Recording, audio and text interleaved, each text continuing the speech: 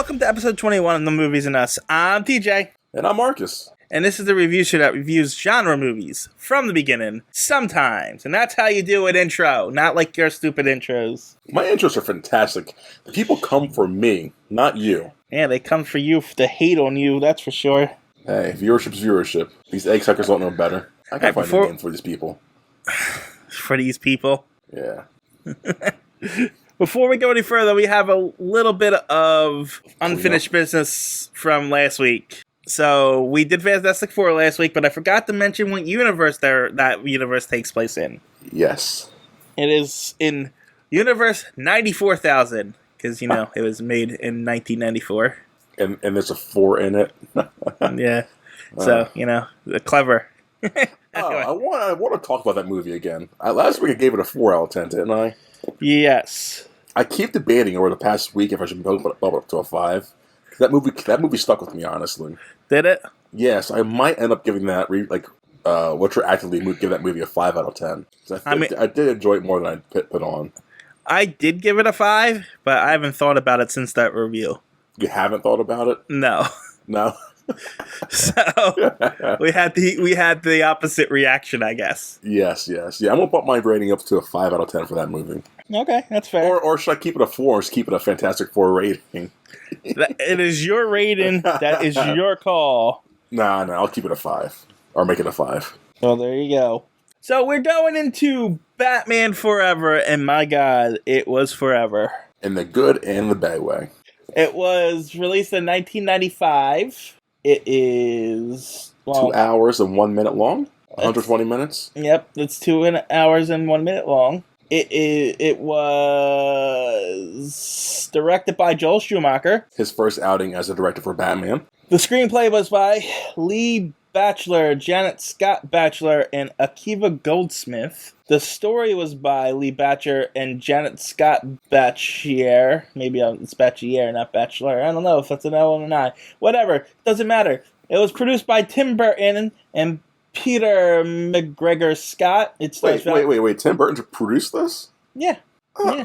I wish I had more to add to that, but that's just Tim Burton produced this. I mean, okay. Makes sense. He gave his blessing to Joel Schumacher taking over as director. Really? Yeah, I mean, they took him off as it because they wanted to do, more, I guess, kid-friendly because they lost the McDonald's sponsorship last time. Yes. But they got it back for this one. Oh, yeah. Yeah, hell, one of the first things Batman says in the movies, I'll go through. It's in my notes. I know. I just had to say it. But he seemed to be okay with it. And actually, what's his name? Michael Keaton was okay with him at first too, but then he didn't like the direction the script was going, so he backed out. Oh, okay. They did offer him $15 million to return, but he just didn't want to do it. I'll do anything for $15 million. Yeah, but so they had a bunch of different actors come in and try for it, but they had settled on Val Kilmer, which honestly isn't as bad as I thought he was. He's a good Batman / Bruce Wayne. I'll say that up front. I liked him a lot as this character. For some reason, at certain points, he did sound like Batman and Bruce Wayne to me. Yeah, like his voice. And there was even one point later in the movie, we'll get to it, that he sounded a little bit like Adam West. So I'll give him credit there. I'll give him credit. I'll say it right now. He did better than Michael Keaton. I liked him more than Michael Keaton and Adam West. Wow, you are going to get so much hate. And I don't get the hype behind Keaton. He was okay, but he was just Keaton doing Keaton. No, I thought he was better than Val Kilmer. What? Yeah. Because Val Kilmer in this, well, it's not all of it's not his fault, but like the things that he says. Oh, the dialogue for sure isn't. It doesn't. Good dialogue. He's not Batman at all to me. You know what I mean? He doesn't. He does, like I say, does sound like him in a few parts, but he doesn't look like Bruce Wayne to me. He doesn't feel like Batman to me. He just feels like a guy playing Batman. See, and I had that feeling of I keep dropping his name. I had that feeling of Michael Keaton? Yeah, Michael Keaton. Like, he just felt like Keaton pretending to be Batman. He had the Keaton-esque vibe, which I don't hate, but it's not Bruce Wayne. This was more Bruce Wayne. This was more Batman. Like, if you put Val Kilmer and the Batman role, the same dialogue, and Michael Keaton in this role, I think the views would be changed on that for people. Maybe. I don't know. I still think Michael Keaton's a better Batman. Yeah, we'll disagree on that. Not only will we'll disagree, but everyone will disagree with you on that. I'll have my fans supporting me. Oh, yeah? Oh, yeah. It stars Val Kilmer, Tommy Lee Jones, Jim Carrey, Nicole Kidman, Chris O'Donnell, Michael Gough, and Pat Hingle. It's an all-star cast. Seriously, like what? Like if I'll watch this movie, I just love how superhero films could always get big names in them. I just love that so much, and I hope that never stops happening. Yeah, it's a good cast, and honestly, it's the cast that saves this movie. Oh yeah. All right. So it had $100 million budget, which is a lot, and brought home $336 million worldwide, which actually was apparently a disappointment to Warner Brothers. Which I don't know how, because I'm looking at the numbers for the other ones. The first one brought in 411. Then the second one brought in... They were upset that it didn't make as much as more than the first one. But it made more than the second one, which made $266 million. Yeah, but I think they thought they were rebranding to a point where, this is the next big thing, and it didn't beat the original Batman. It's like, well, maybe this isn't what we thought it was going to be. I guess, but like those numbers, that's a good number in my opinion. It still made his money back. And in like the next one, Batman and Robin, only made $238 million. Well, that shouldn't even made that. No, you're right. It should have made $500 million. You're right. I like how the viewers can already tell whose taste is what. Oh yeah. Anyway, so this is 1995. Do you have your top list stupid thing? Yeah, don't call it stupid. Well, yeah, Batman made that much money. So, the top 10. What a year for movies, by the way. So, you say that every year we do this. Well, because I'm a child of the 90s, is what I talk about. Number 32 was Jumanji. I'm looking at the other stuff. Pulp Fiction is still 35. Mortal Kombat, number 17. 13, Congo. Number 12, number 7. Let me say that again. 12th place was the movie 7. Then we get number 10, Waterworld. Number 9, GoldenEye. Number 8, Crimson Tide. Number 7, Die Hard with a Vengeance. Number 6 is Casper. In the top 5, I say it's a good year for movies because 2 movies have Jim Carrey and 2 movies have Tom Hanks. So number 5 is Ace Ventura, When Nature Calls. Number 4 is Pocahontas. Number 3, Toy Story. Number 2, Apollo 13. And number 1, Batman Forever. Really? Number 1? Yep. Wow. I'm actually surprised. Superhero movies, man. Superhero movies and kids movies. Yeah, as we see in the top 5 right here. But after that 10. Last outing, after Batman Returns, I didn't think it would get number 1. Like you said, it was branded as a kids movie, like more kid-friendly, was more colorful. I guess. So, yeah, this is going to bring people back out. All right. Well, we ready to go into this proper? Yeah, I'm ready. I'm ready to make some bat puns. That's not my thing, so don't worry, people. All right. So we open up on the bat symbol, and then credits flying at us. The ugliest, most 90s credits flying at you. Yeah, this was a cheap opening. Yeah. They blew the budget on set design and costumes and people's salaries. Like, shit. Opening. Special effects were not good in this. No. They were okay. There was clearly parts where even I could tell it's CG, and that's pretty bad because I can't tell shit ever. No, you can't. Anyway, we open up in the Batcave, and the new Batman getting dressed, essentially. We get Val Kilmer in the Batmobile, and outside the Batmobile, and Alfred tries to get him to take a sandwich, and he says no, he's going to get drive-through because this is a stupid movie. Now, would you count that as a product placement or no? Well, no, because it didn't product place anything. No, it was just product place drive-through, I guess. Yeah, so, I mean, if he said, no, I'm going to get McDonald's, that would have been different. What do you think of the Batmobile this round? It's flashier. It looks flashier, but it also looks like it's gonna, you could take the top piece off. Yeah, it looks very, cheaply made, like it's something you got from IKEA. It looks nice on the outside, but one nice push is going to tumble. Yeah, it looks plastic, that's for sure. Yeah. But, whatever. But Alfred's back. He's like the only character in these movies that is the same actor. So It's him and Commissioner Gordon, I believe.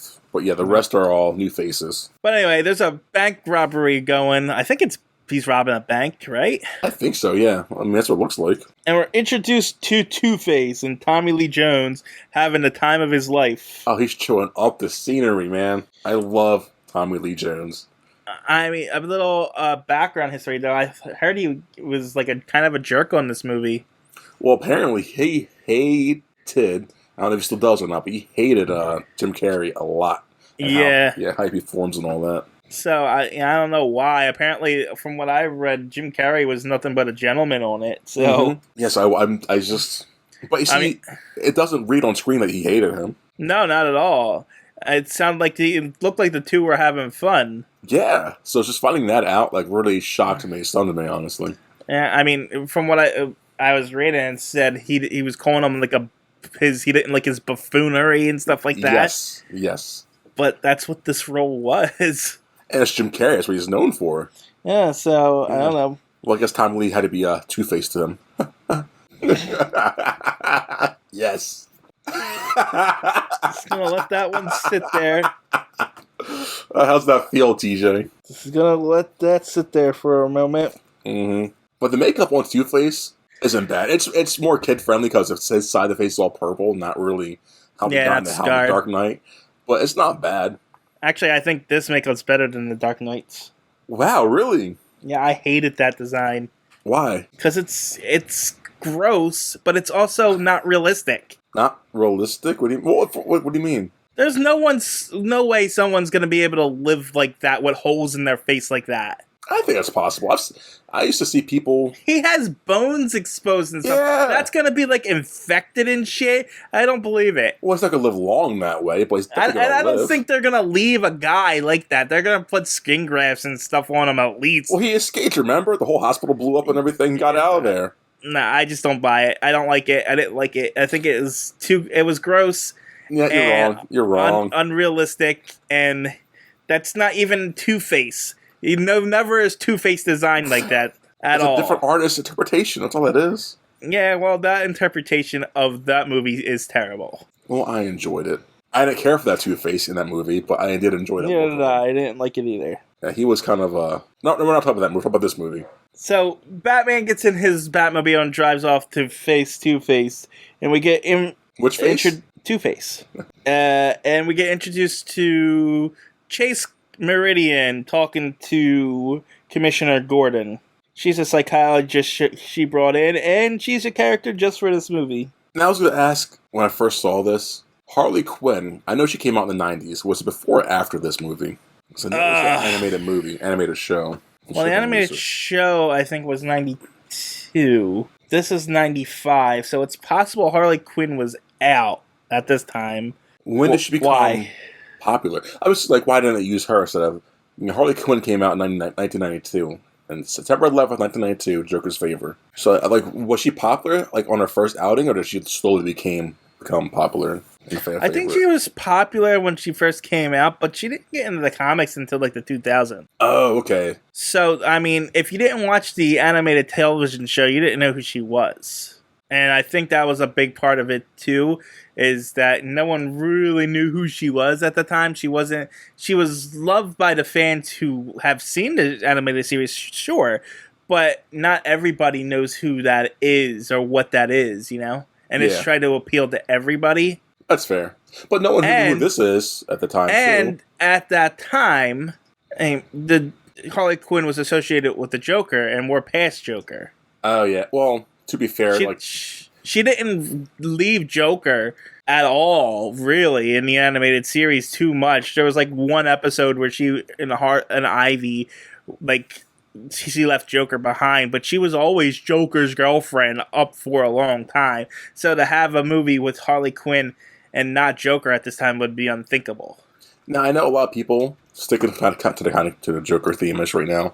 A lot of people's criticism for this movie that Tommy Lee and Jim Carrey were diet jokers, if that makes sense. The way they acted in their buffoonery. Well, they were definitely over the top. Yes. And Two-Face is more of a mobster, and the Riddler is more of a Saul type character, honestly. I thought so for the Two-Face. He isn't usually this outlandish, is he? No, he's not this over the top. No, he's not. But I don't think they were Joker-ish, because I think they took their characters they accentuated the characters to the next degree. Like, these would be the Two-Face and the Riddlers from the 60s Batman show. Okay, that's fair. That's what I think they were going for. Yeah, because if they did more nowadays, more modern, even in the 90s, it would have been more dark and Tim Burton-esque, for sure. Two-Face's story is kind of tragic. Yeah. whereas Riddler is not really. I mean, I thought so. He's got a dark backstory too, but he's just kind of an arrogant prick. Oh, that still comes through on this, honestly. But yeah. But as far as these two being the Joker, not really, because they still have their quirks, you know? Riddler's still playing his games with riddles and stuff like that. Oh, Two-Face is still got his coin and deciding things.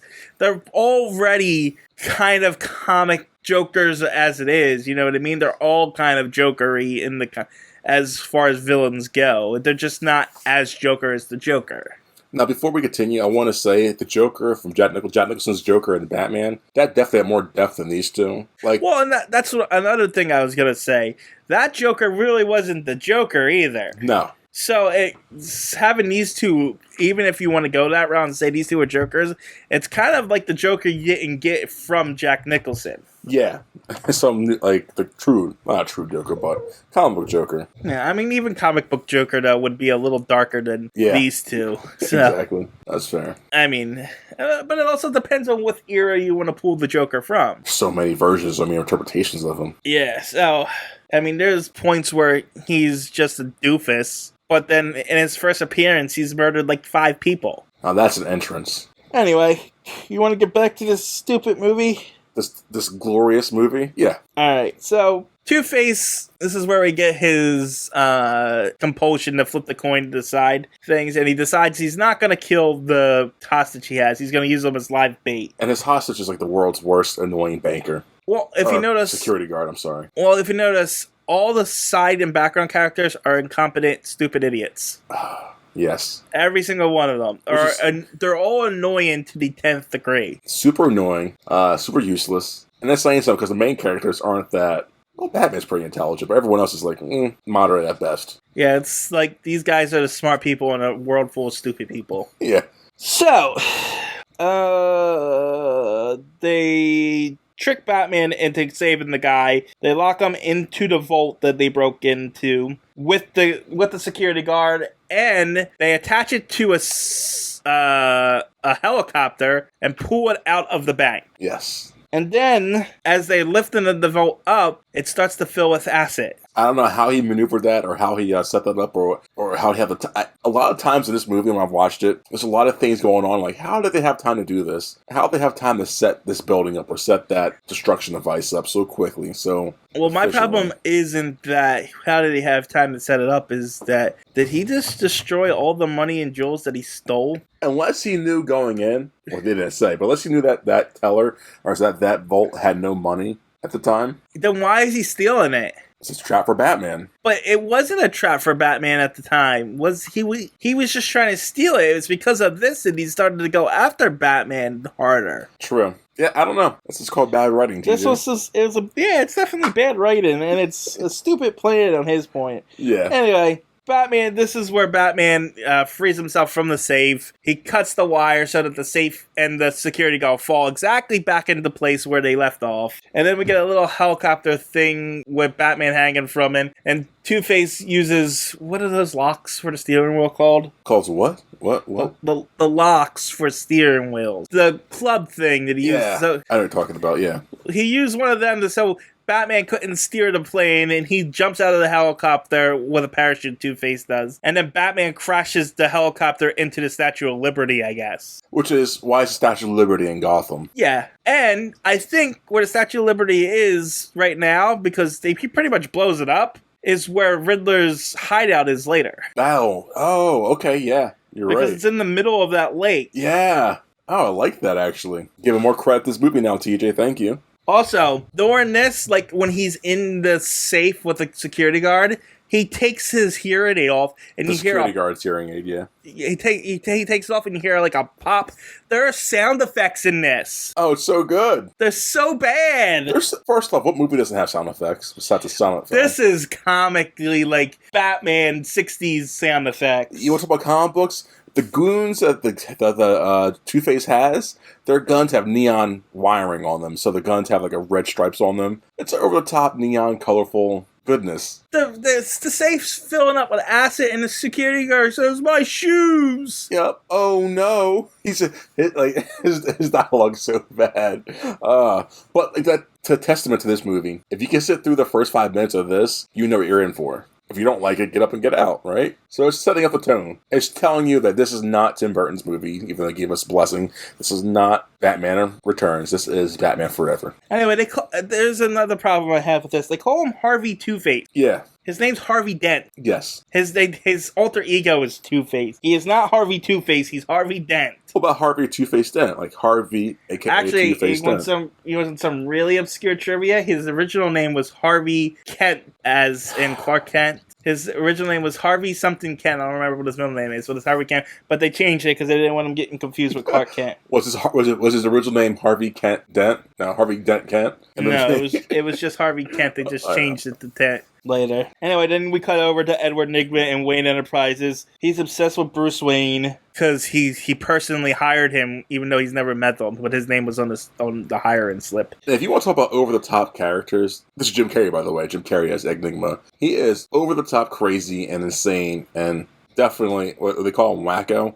Yes. He's definitely, you don't want someone working for you and on your bad side. Yeah, I mean, he definitely got the obsession part down of it, right? Yes. For the character. But, I mean, it is the Riddler taken to extremes. Oh, yeah. Anyway, he's creating a machine that manipulates brain waves, which essentially translate to 3D television, which isn't that impressive, Riddler. So, Well, for 95 is pretty impressive, and what it does, side effect-wise, is really impressive. Bruce sees the bat signal and says, I gotta go. Well, draw me schematics. And Edward's like, no, I need your answer now on this.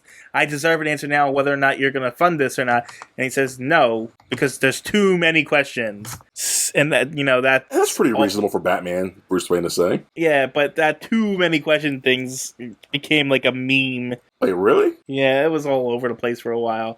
Like, anytime it's a question somewhat, like an internet reviewer would go, play that clip, it just brings too many questions. I didn't know that. Anyway, so he sees it, and he goes into his office and says, locked, and then chair. So if anybody walks into his office and says chair, it leads to a slide to the Batcave. It's not a very good security system. Well, in my head, the only reason that worked because it's voice recognition. But yeah, let's say Alfred was sitting, or someone who sat there was like, oh, I like this chair. Slides down. Or even better yet, maybe it is voice recognition, but Bruce is in there having a conversation, and then he forgets that, that's the password, and then all of a sudden he's sliding down.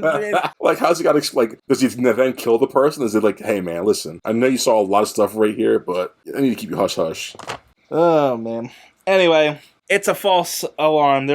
Chase actually set the bat signal, and she's just horny for Batman. There's no other way to explain it. She just wants Batman really, really bad. But she's like in a sexy outfit and stuff. And she even says in the scene, I think, why do I always like guys with motorbikes and that? Oh yeah, and this is where the dialogue is particularly bad. Where I mentioned the dialogue because it was so bad. No, also it's also a testament to Joel Schumacher. He doesn't know how to write dialogue really well. How do you feel about her character in this? This is Nicole Kidman's character, by the way. Yeah, she is honestly superfluous. Yeah. She makes no sense. She's there apparently to retcon all of Bruce's past love lives. Yep. Because he said before, I never found one before, right? We'll get to that. I have it written down. Okay. But she doesn't add really anything because she's supposed to be like the duality of Batman and Bruce Wayne, which was done better in both Batman Returns and Batman Mask of the Phantasm. Yeah, I was going to say, like, that's the one credit I'll give to Mask of the Phantasm. It did that way better than this. And, and even here we get a reference to Catwoman. She says, I know about your past love interest, that but I do have to wear leather and a whip or something. Yeah. So they even reference the old movies here. So, I mean, I don't know. It bothered me a bit because at one point Bruce says, "I never revealed my identity to any woman before." But he did to Selena Kyle in the last movie. He literally took off his mask in front of her. Exactly. And then Alfred let Vicky Vale into the cave. He's literally revealed his identity to every woman he's fell in love with, which is, like you said, he's never fell in love with, but in both those movies, he said he was in love with those women. And that's why, like, one of my biggest gripes with the Batman movies, in general, of all of them so far, he's not a good Batman ever. He's never, like, really the ideal perfect Batman that I know, at least. And he's not a consistent Batman. No. Even his own movie's not consistent.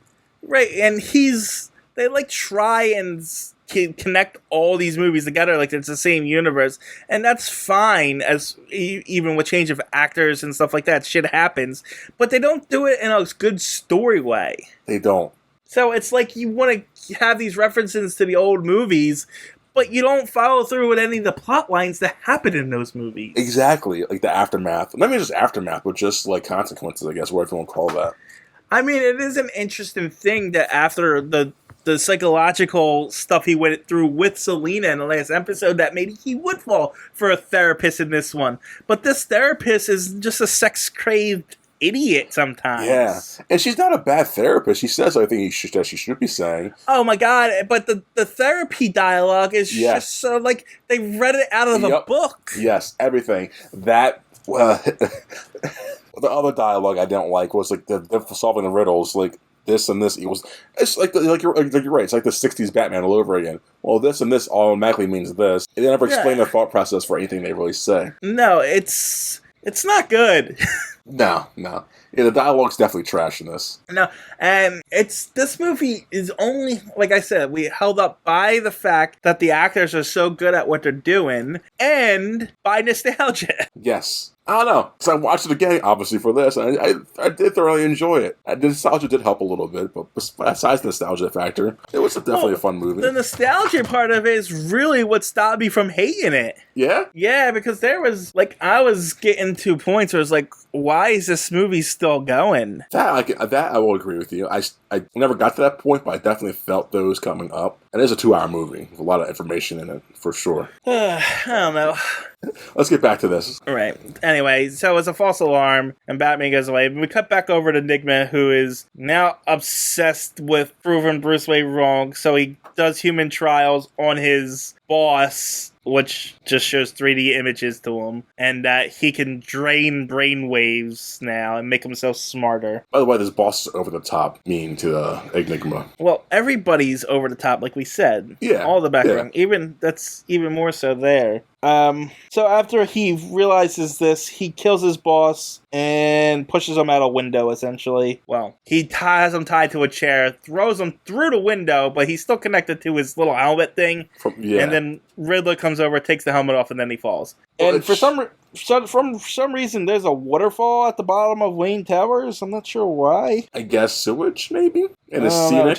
It seems like we just wanted a waterfall here for this death, to me. Well, and that too, yes.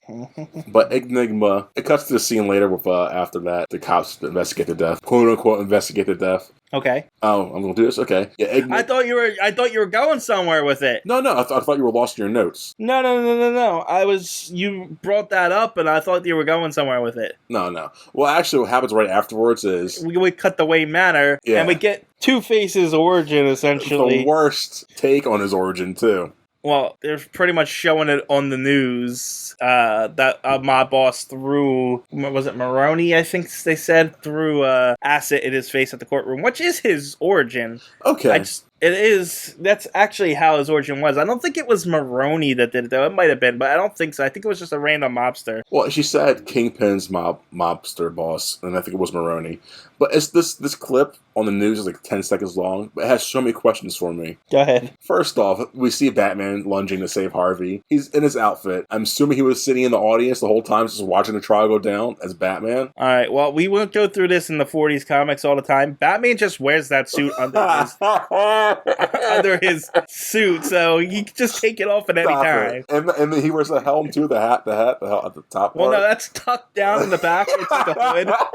So he just pulls it up when he's ready. Oh, it's so stupid. So no one notices that, or they're just playing, that Bruce Wayne is Batman, but let's pretend we don't know. No one ever noticed that Bruce is actually really bulky for some reason. He's like comic book, over the top bulky with tight clothes on. You know the bat symbol on his chest is peeking out through his suit sometimes. But no one noticed. Whatever, okay, cool. Okay, after Batman, you just sit in the audience watching his trial go down. The mobster throws acid all over Tommy Lee Jones' face, but only covers half of it, apparently. Yeah, because he blocked it with the paper. The manila folder that is so thin stopped all that. That's why it only got on half his face. Even though we clearly see it hit all of his face. We clearly see Tommy Lee Jones blocking half of it. It's the most ludicrous thing in this movie, in my opinion. I just wanted to get that out there. I'm actually surprised that's not an actual scene in the movie, and it was just filmed for like TV. I'm so glad it did it that way. Well, even then, like how the cameras capture all that too. Well, they do record stuff, but that close in those angles. Well, they were shooting a professional movie in that one. Oh. They were shooting a Batman movie. Yeah, Batman's an audience. Let's watch him for the whole trial. Oh, so good. Anyway, we cut back to Wayne Enterprises where they're investigating the suicide of the boss. Well, they think it's suicide, but the Riddler had docked the footage somehow. Video, the footage. So, it looks like suicide, and everyone believes it. Yeah, he makes a fake note. And my favorite line in it was when they hand the note to the commissioner as he's watching the video. He's like, yep, that's suicide. Case closed. Like, that's your investigation. Okay, Commissioner. And Bruce doesn't believe it. He's like, nope, give that person's family benefits. I don't care. I thought it was really nice, honestly.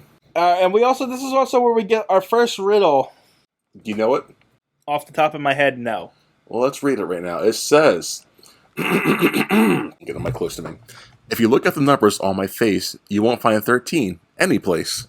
So, my question is that riddle just really easy, or did I remember the answer from watching this? No, it's really easy. Like it's just really easy? Yeah. Okay. If I told my nephew that he was like 6 years old, he'd be like, yeah, clock. Like, okay, cool, you got it, kid. Because I remembered 3 of the 4 riddles. Yeah? The answers to them. Well, either I remembered 3 of the 4 of them, or I figured out 3 of the 4 of them, and I can't decide whether or not I remembered them from watching the movie, or if they're just so easy that I figured them out. Honestly, it's the only one that I could figure out. I guess I'm too stupid for the other riddles.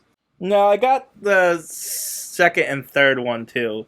It was the last one. The match and the pawn. Oh, the pawn, that was easy. That was super easy. The match one I couldn't understand. I didn't get that one. I didn't get the vowel one, though, at the end. Yeah, no, I would never have gotten that. When we get to that last riddle and they start to figure out the process, I got a lot of problems with that one. Oh, is it 296 or not 60? We'll get to it. Anyway, we cut over to where Edward Nigma lives, and apparently wait, hold on. God damn it, TJ. Remember that text message I sent earlier joking about, like, you said this certain word? Uh-huh. You pretty much just said it. When? You said that. You said egg nigga. Edward Nigma is what I said. No, it sounded like you said the... Oh, well, I said Edward Nigma. There we go. Cut over to Edward Nigma's place, and he essentially lives in a hallway. A hallway? Yeah. His room is in a hallway. It's like the worst studio apartment. We won't call that ever. It was weird because he's got Bruce Wayne's posters everywhere on it, too. And for some reason, he's got, like, a Riddler machine that's like... That movie Big, how there was Zoltar, there's like this Riddler version of that. Yeah, and then this is where we learned that Riddler is actually a serial killer because he likes to cut out magazine letters and stuff. He is a definition of crazy. And so he finishes his second riddle and places on the front bars of Wayne Manor. And then we get Bruce Wayne going to Chase's office, right? Not her apartment, it was her office? Her office. And she's a therapist, right? Yes. Where's she a therapist at? Because the building he walks into, like, is she a lawyer? Is she an attorney? Like, this is a very fancy, like, City Hall-esque building. She is apparently consultant for the police, so she must be a criminal psychologist. That makes sense, okay. So she probably a psychologist for a police department and the police officers and stuff like that too. Yeah. She's also could be a profiler for them as well. Oh, I like that. Okay. But no, she's just a very sex crave. Yeah, not really. I mean, that's all, you know, Fan after fiction. she gets her satisfaction and stuff like that. Yeah, yes. Anyway, Bruce comes because he wants her to pretty much figure out what's going on with this riddle stuff. And this is where we get the second riddle. Do you have it, or do you want me to do it? Because I have it in front of me right now. Oh, you can do it. Since you already did the you set the precedent that now we gotta say the riddles. Damn, we got a set of riddles. Tear one off and scratch my head. Then she pulls a little thing. He went really creative with these. He did. What once was red is black instead. Get it? Because you know what? Redhead, it's, you know. See, I thought it was like a lottery ticket you scratch off. Like, that doesn't work. Well, no. It's black, then red, then black again. Because of a match, and then you strike it, it's on fire, then it goes back when it's out. Oh. Did you really not get that? I got it because I saw it, but when I first saw it, I was literally thinking, lottery ticket? What the f*** else do you scratch? A scratch or sniff? I could not get... No, you strike it like a match. Yeah, if you would have said strike, then yeah, but he said scratch, right? I don't remember the exact word. Hold on, let's rewind. Tear one off and scratch my head. Yeah, scratch. Yeah, no. Scratch, but yeah, I mean, technically, when you strike it against a matchbook, you're scratching the top of his head. Man, whatever. That's no. I guess, but no. Not by my logic. At least it was logical. Yeah. It's leads better than the last riddler we had. Anyway, so he's there. They're pretty much flirting. Well, actually, I forgot to mention, he's going to her office and he hears her like struggling, so he breaks down her door. He thinks she's having a fight or an encounter with someone. Yeah, but she's just punching a punching bag in her office for some reason. Which is weird because it never comes back up later, does it? Like, you never see her fight. No. I guess they wanted to say, hey, this is a strong female character. Or is it a stronger man breaking down a really tough door to break down? I don't know. I don't think Joel Schumacher knows anything about women. But at the same time, he's just a director. He didn't write any of this. No? No, because the story and screenplay is by Lee and Janet Scott Batchelor. Those are women, correct? No, I think they're a married couple. I think Lee's a guy and she's a girl. Yeah, so at least one of them's a female. Yeah, so I don't get how they got this so bad. Here's why. She's probably like the one woman in the writer's room saying, women don't do this. They're like, nah. Like, okay, well, there's no writer's room. These are the people that wrote the script. Well, it's still like a writer. Like, they wrote it together. You know what I'm talking about. Yeah, but it's just a husband and wife. True. It's not like there's a circle table like they do in TV ratings, you know. This man directed Phantom of the Opera in 2004. Okay, Joel wasn't that Schumacher, a terrible movie? I didn't... What? Wasn't that a terrible movie? I thought people liked it. I thought they hated it. I don't know. I didn't see it. Same, but I thought they got good reviews. Okay, maybe it was good. Maybe not. I don't fucking... He did do Lost Boys. Yeah, that's homoerotic, too. There was... I did read that people thought he put homoerotic tones in these movies because the next of one. That. What's this one? That one? Well, I was looking for those tones, too, because like you said, people said that. I didn't find much of any. Not in this one, at least. There's a few moments. There's the bat butt we'll get to later, I guess. But We'll get to that later. But besides that, like, there wasn't many. No. I mean, I pictured his dialogue for her eyes a lot, so I imagined her being him. Okay. So that's where I got that kind of homoerotic stuff from, but besides that, no, not really. Okay, I don't know. Yeah, what we're talking. Let's get to Dick Grayson now. Yeah, we're going to the circus, and Bruce tells Chase he wants to get her out of those clothes and into a dress, so go to the circus. And I hate that line. And it's lines like that. Yes. That really make this movie bad. Yes. So we're at the circus, and we get the Flying Graysons. Apparently, I don't know if it was the brother Grayson or the father Grayson. It was Chris O'Donnell's stunt double in this. Probably the father or the brother one. They have more of the same build. You're probably right, because in the comics, Dick Grayson doesn't have a brother. Oh, really? No, he's an only child.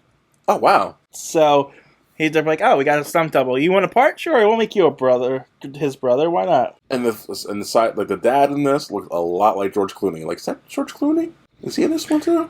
Oh, it does look like him a little bit, doesn't it? Yeah. And none of them have lines, really, so, like, it could be George Clooney and do a cameo. Yeah, I mean, yeah, it's not like it matters if they added a family member. They're all dead at the end anyway. Yeah, they are. So, anyway, Two-Face shows up with his goons. I don't know why he's here. He says why he's here, but it makes no sense. I mean, he's not robbing or anything. He's not stealing nothing. He just brings a giant bomb.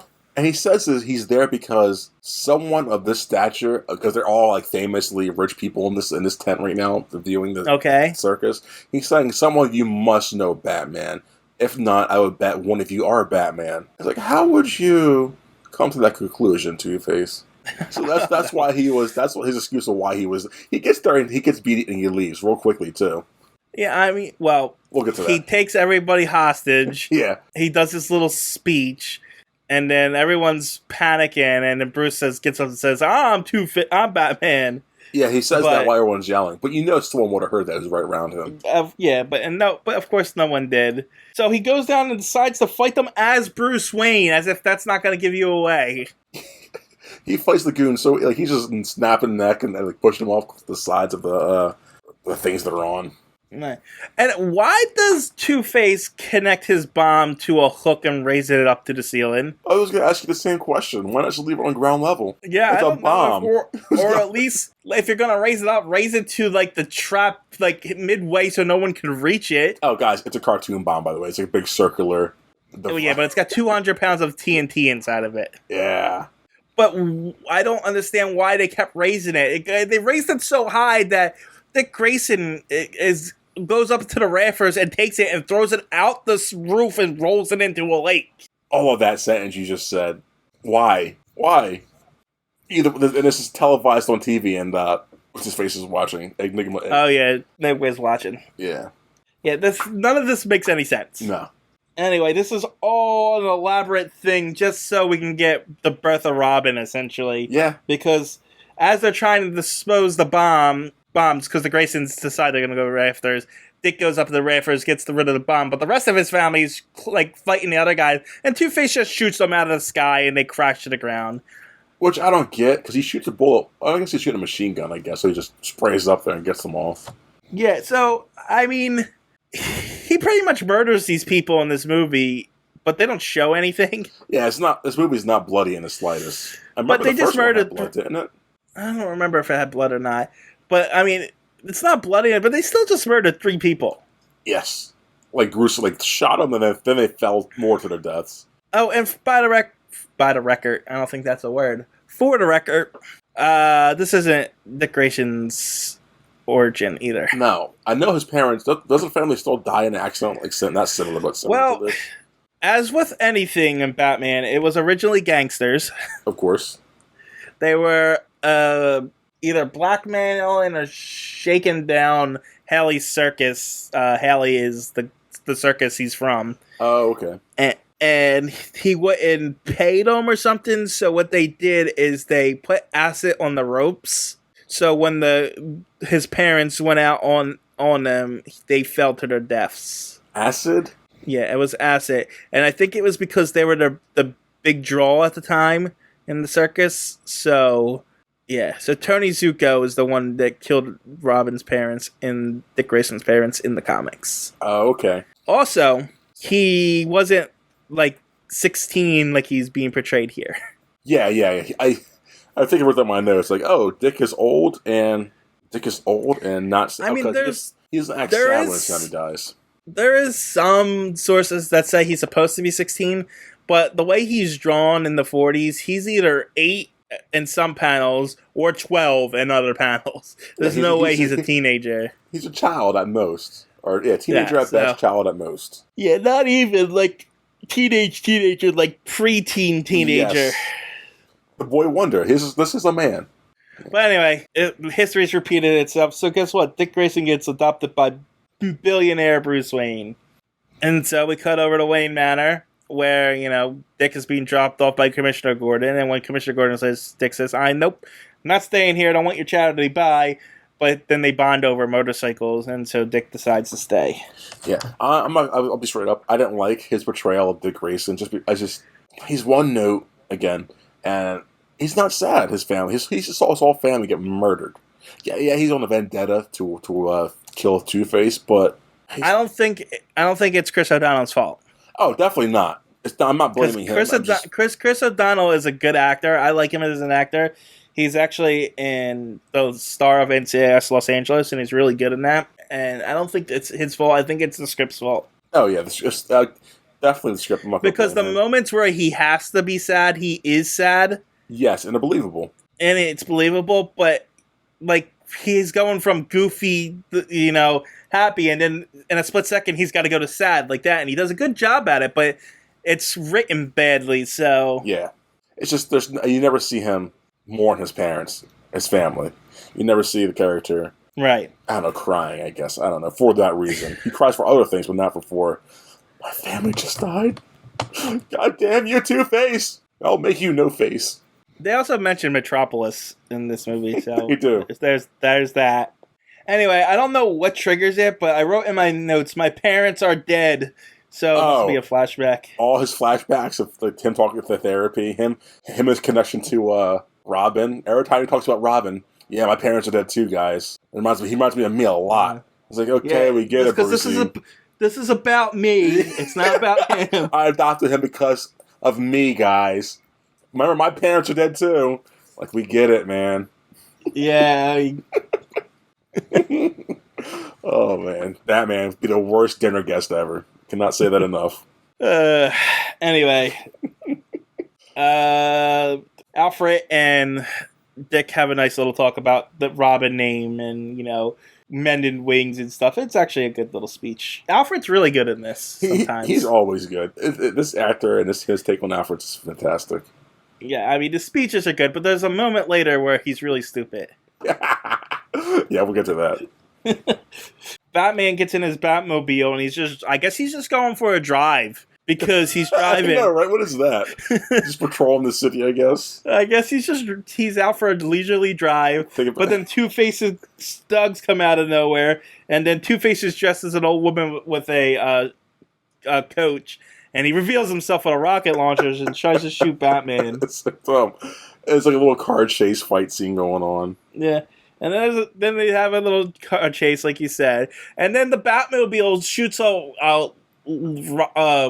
line up on a roof and drives up a wall, and everybody crashes into each other.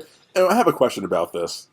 This is like the 5th time we've seen this little Batarang hold so much more weight than it should. And not only that, but like the buildings withstanding that too. So do you think the people who designed these buildings accommodate for Batman's bullshit?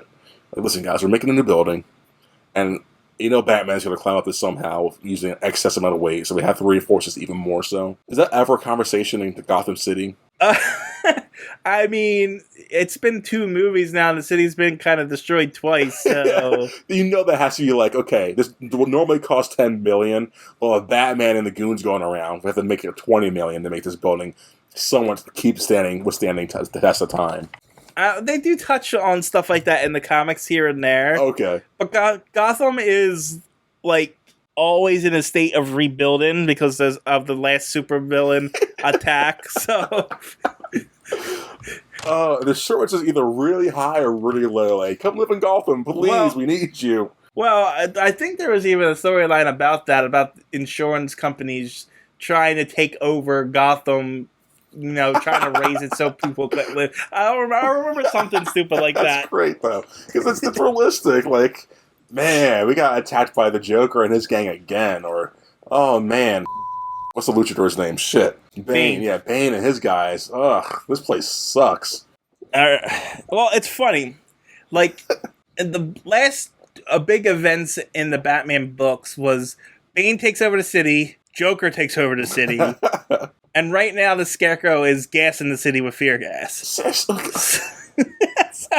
the suicide rate's gotta be so, like, but you can't live there, you can't live in Metropolis. Where can you live this kind of safe? He's not technically using fear gas right now. It's all complicated, but it's the Scarecrow being the Scarecrow. So yeah, it's one big mess after another. I would like it's so bad in Gotham right now in the comics that they're using they're hiring personal mercenaries to run it's pretty much a fascist state for trying to get a mask off the street. Imagine just trying to go get groceries, and then you're seeing a mercenary take down one of these henchmen. Like, But that's the thing. that's so great. For some reason, during the day, the bad guys don't come out. Just at night. It's usually just at night because they only started referencing a superhero during the day recently. There's a superhero called Signal that Batman changed. He does the day shift, but he's the only one on day shift. That's funny. None of the main supervillains really come out during the day for some reason. They all come out at night. You know why? Because they have a day jobs, probably. They're trying to fund their bullshit. Like, man, my boss is on my ass, but I need this job to buy this X amount of tons of TNT for later this week. I don't know, but as long as you go out during the day, you should be fine in Gotham. That's ridiculous. You're like, oh, okay. Let's get back to this review. I'm sorry. Okay, well, during that car chase with Two-Face, it was also very 60s Batman music the whole way through. Yeah, it was. It was ridiculous how much I was like, am I watching Adam West here? It was like jazzy too, wasn't it? Yeah. Yeah, it was very, it was very stylish. I was reading that in the wiki, how he got a new composer for the series. He didn't want Danny Elfman. He wanted to set a different tone for it. And we definitely got that different tone for sure. Yep. Which anyway, I do enjoy not having Elfman, because him and Tim Burton just are like too much for me at times. I don't get that, but whatever. No, you're wrong. Weird. You're wrong. No, I'm pretty sure I'm in the majority and you're in the minority. You're in the majority of high school emo kids. Like, oh yeah, Tim Burton and Danny Elfman, we're edgy guys, yeah. I'm not a big fan of Tim Burton, but I like it, Danny Elfman. I like Danny Elfman too, but like I said, those two together, are over the top at times. I don't know. I think the first two Batman scores are kind of iconic. The first one, yes. Second one, that was the over top. That was too much of both. Anyway, back to Edward Nygma, where he's trying to figure out what kind... You did it again. Say it again. Edward Nygma. There we go. Okay. I don't want you getting hated on, that's all. I don't think I'm saying it that way, but okay. I'll show you when I record it. So, back with him, and he's trying to decide who he wants to be. Does he want to be the game master, the question, and then Oh yeah, you're right. Okay, I'm sorry. Yeah, and he's like, what am I going to be? And he decides, and he's going to be the guy with the green question marks on his thing. Anyway, over to Two-Face ridiculous looking lair. I love his lair. It's over the top, and like, what's the mechanics of this place? Can you guys cross over sides? Is it just like only the? It's so stupid. You want to explain what it looks like? The big wall in the back is a face that has, guess what? Two faces.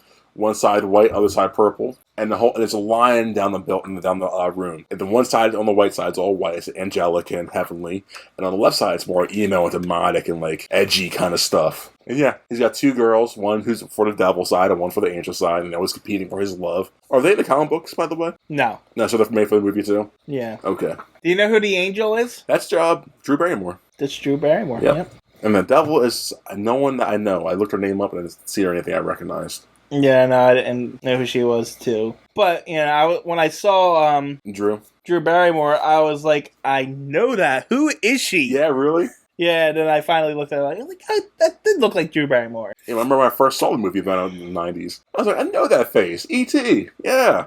Not calling her E.T. I'm saying she was in E.T. That's not nice, Marcus. Did not mean to come out like that. I don't know why you're being so mean to Drew Barrymore. I like her. Didn't she date Adam Sandler for a little while? They were in a lot of movies together. I don't think they ever dated. No. Maybe back in Wedding Singer, right? We'll check. I'm pretty sure, because I thought I got Jim Carrey confused with Adam Sandler, and I was like, oh, maybe that's why she's in this movie. Then I remembered there are two different people. How many movies? I don't care about that. Anyway, I'm going to move on while you look that up. It's not important. So, as you know, the Two-Face is in his lair. He's about to eat dinner, and then the Riddler shows up. So the Riddler and Two-Face are now together, and they just they're just trying to outdo each other in this scene, I think. In his lair, or in the whole thing? No, in the lair. Yeah. They're trying to steal the scene, essentially. And I enjoyed every second of it. Yeah, but they decide to work together. Yeah, because Two-Face does his little, let me just decide off the coin. I like their duo, their chemistry is so good on screen. I'm sad it didn't work off the screen. Yeah, it's a shame. Nygma displays his device for Two-Face and they decide to go rob a jewelry store together. And so they do. We have a whole montage of is it this one of the montage of antics they go through? Well, no, because they rob the jewelry store, and then we get the laundry scene where Dick Grayson does karate laundry. Oh, so stupid. Dumbest way to do laundry. You want to explain what's going on? What? He's doing karate with his laundry. He's trying to dry it out.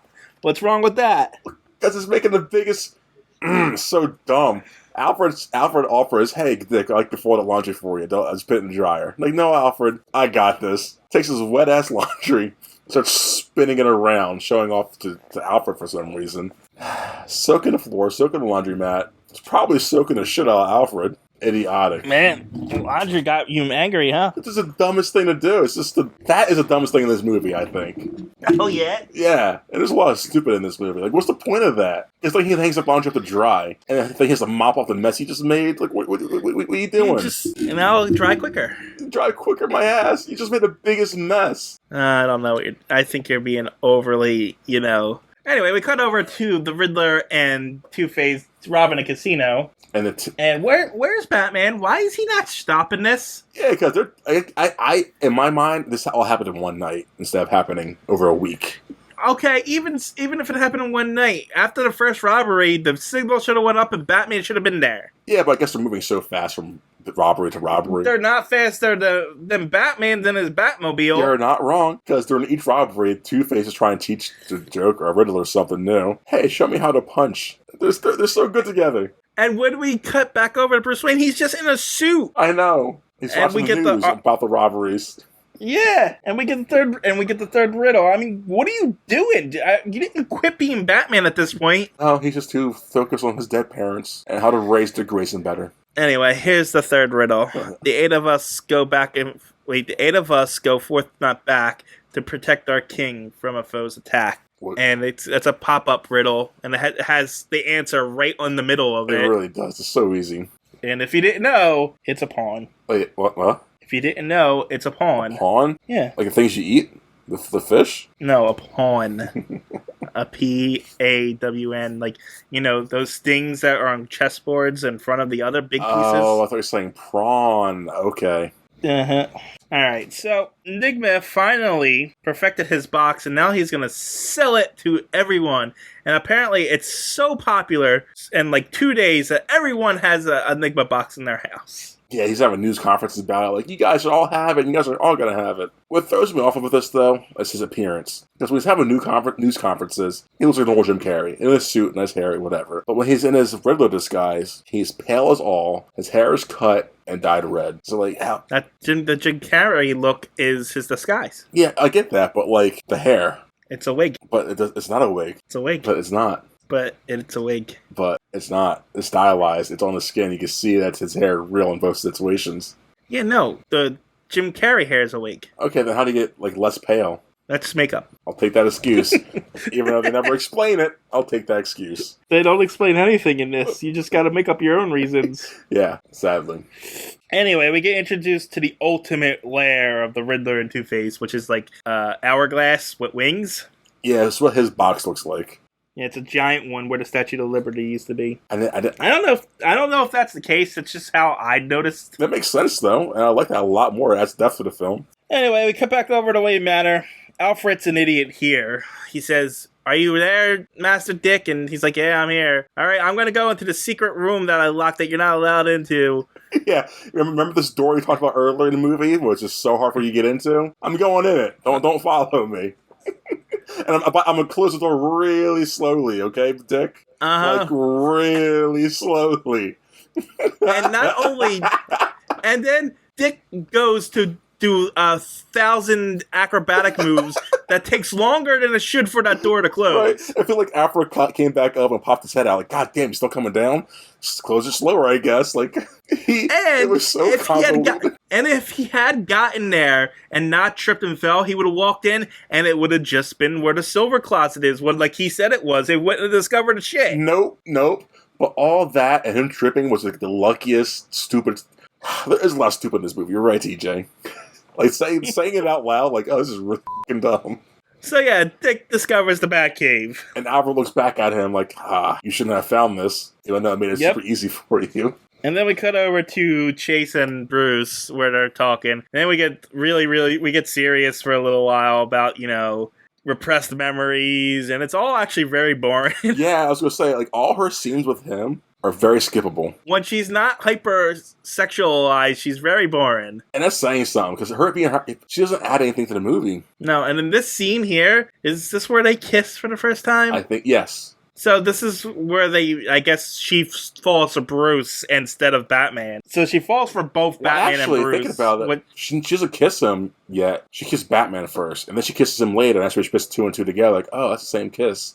No, she kisses him briefly here. Well, it's not a deep kiss, but she kisses him briefly, and this is where she realized, oh, I like Bruce Wayne. Yeah. But Bruce sees all the Batman stuff she has on her desk. She's obsessed with Batman. She is a groupie. Yeah, that's the perfect word. What's another word for a bat? Like a bat? She's like a batwing? I don't know.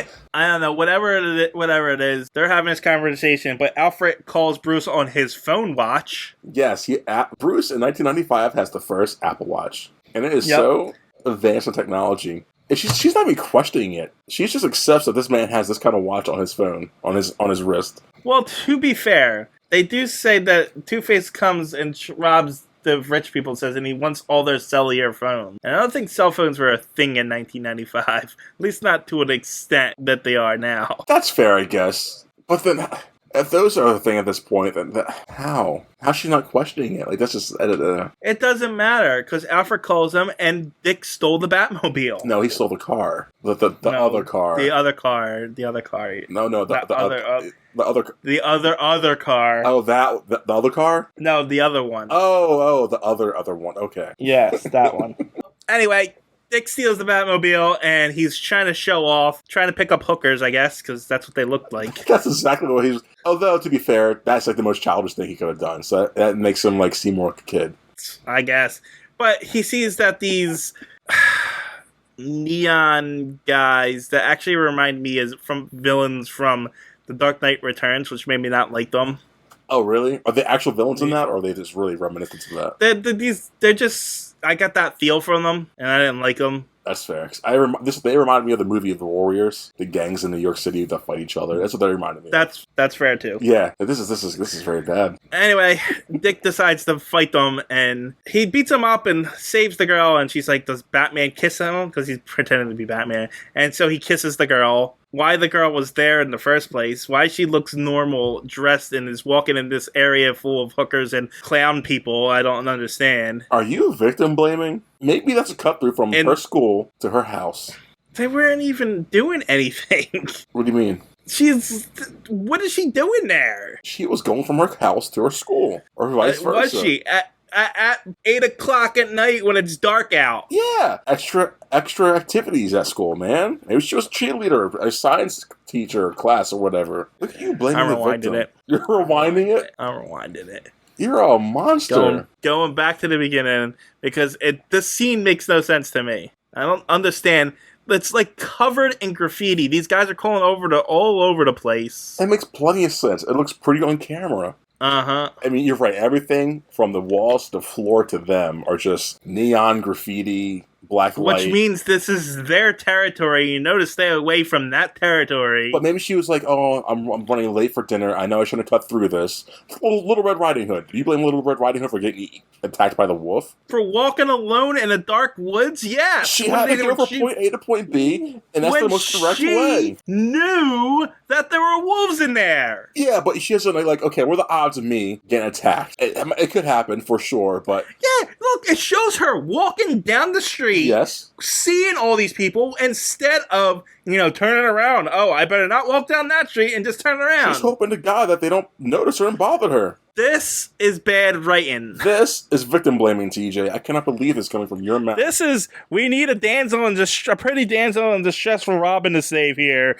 Let's just throw a random pretty girl in with all these creeps here. You know what? I'm going to blame Wade, or Bruce Wayne and his family, for making Gotham the way it is. Well, that's true. They are to make it the way it is and the way it is. And that's why these people are here the way they are, and this is why she's getting attacked. So I'm not blaming her. I'm blaming Bruce Wayne and everyone else. Well, if Bruce Wayne wasn't Batman terrorizing all the villains, they wouldn't dress up like clowns and trying to look like that. That's true. So, I don't know. The scene just bothered me. No, it should, because I was thinking, like, why is she there? Like, how should... I don't know. She just looks beat up, so she obviously went there at her free will. Maybe that's, like, one of her, like, boyfriends that she keeps away from her mom and dad. And she's like, I like this guy a lot. He's edgy, and the group's cool. I smoke after dark. If that was the case, why did she kiss Robin? Because she didn't want the news getting back to her parents that she was with them. So it's just an elaborate hoax. Yeah, exactly. Maybe she was just, like, there because she wanted to be there. Actually, you know who the girl looks like? Batwoman. Batgirl. Yeah, Alicia Silverstone from the next one. Yeah, I just looked it up to make sure it wasn't her, but she was a lot like her. Yeah, I was like, is that Batgirl? I was like, looks like her. Because that'd be really great pre-planning if that was her. Yeah, and Batgirl and Dick Grayson, Barbara Gordon and Dick Grayson are, I know, she's not Barbara Gordon in the next one, but she's Alfred's daughter or some bullshit like that. But oh yeah, that's right. Her granddaughter. His granddaughter is, yeah, some relative. Actually, I wonder if her name's Julia in that. Because Julia Pennyworth is a character. Let me check real quick. In Batman lore. But she doesn't become Batgirl. She's like a spy or something. It's Batman and Robin. Her name is... Batgirl says Barbara Wilson. Oh, yeah. See, her name's even Barbara. They just didn't want to make her Gordon's daughter for some reason. That's stupid. It is stupid. But Dick Grayson and Barbara have a long-standing off and on relationship.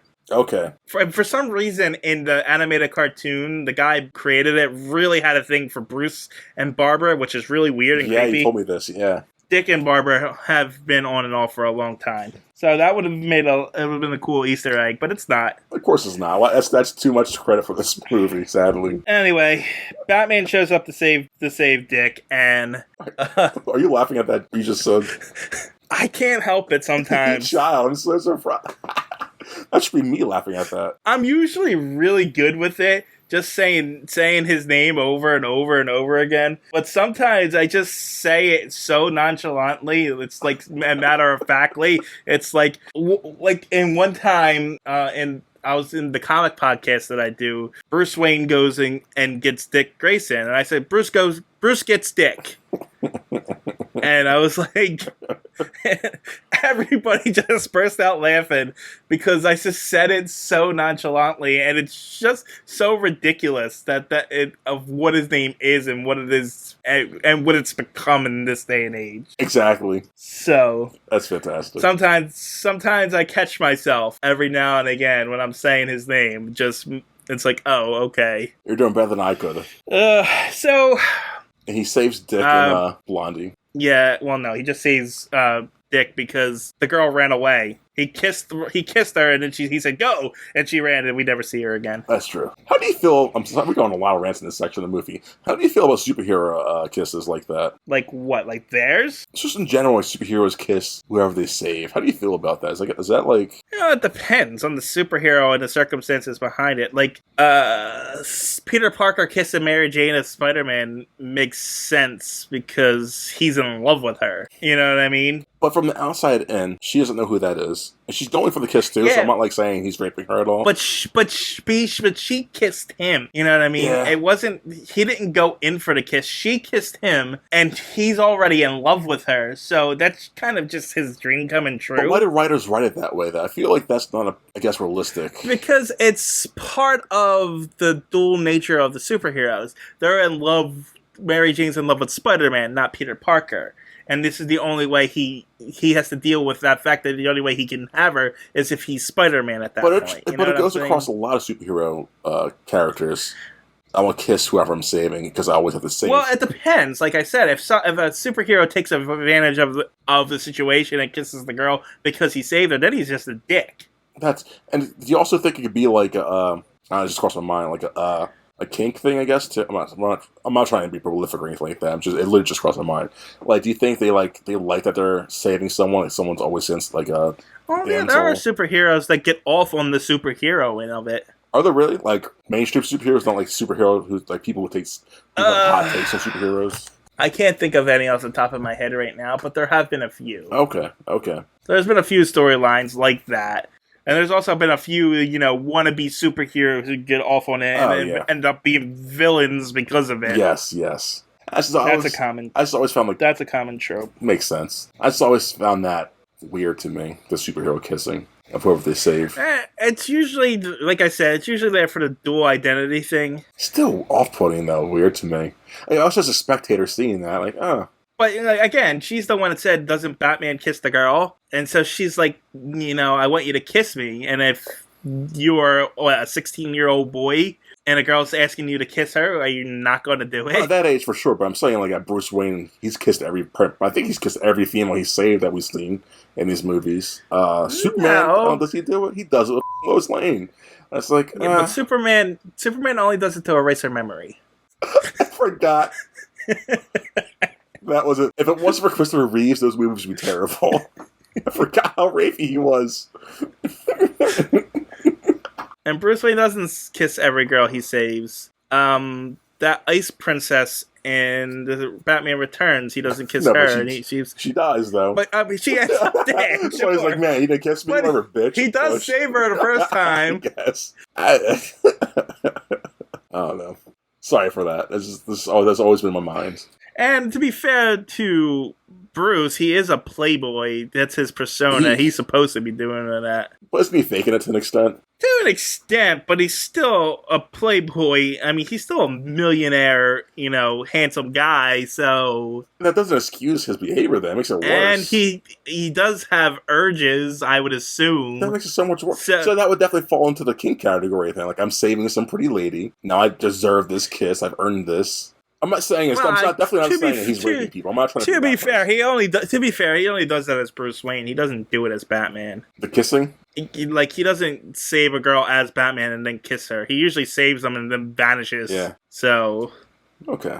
Yeah, can I move? Yeah. Can I move? I'm sorry. I'm not trying to cancel anyone. I'm not trying to cancel a superhero. That's always been the thing that was on my mind. All right. So Edward Nygma's having a gala to display his new technology, which is just holograms. They step into a machine and they see holograms. They think they're there, but all it's really doing is reading their minds for their fantasies and what they want. Yeah. I like how he dressed in this bit. Who? Enigma. He dressed like Jim Carrey in a suit. Nope. Did you pick up what he was doing? Yeah, he's dressed like Bruce Wayne. I didn't understand it the first time I saw it. Granted, I was a kid. I was like, that's funny. But if he didn't have the mole, he'd just be in a suit. Yeah, with the moles. Okay, well, he's got a mole on. Oh, Val Kilmer has one. And then Val Kilmer puts his glasses on. Jim Carrey does the same thing. Like, it's funny. Yeah, because he's obsessed with them. Yeah, his hair's done the same way, too. I just never realized that before. He wants to be Bruce Wayne. Why? Because he's obsessed with them. Why? Because he hired them. Fair. It's a great reason to be obsessed with someone. I mean, apparently no one else is willing to hire him, so he just attached on to the first person that was nice to him. So it's Cable Guy. This is Cable Guy. Was this before Cable Guy? Oh, good question. I remember I was thinking to myself, he's doing Cable Guy. This might have been before Cable Guy. I think Cable Guy was 97. I think you're right. Cable Guy. 96. So this is... Yeah, this is before. Yeah. They probably inspiration for that character from this character. That's fair, because that's not a bad movie. But yeah, so, I mean, that's what obsessed people do, though. Yeah. Oh yeah. So, it makes sense. I hope we get some fan base like that. No, you don't. Yeah, I do. Anyway. The final we live. So, Two-Face crashes Riddler's party because he's taken too long to kill Batman.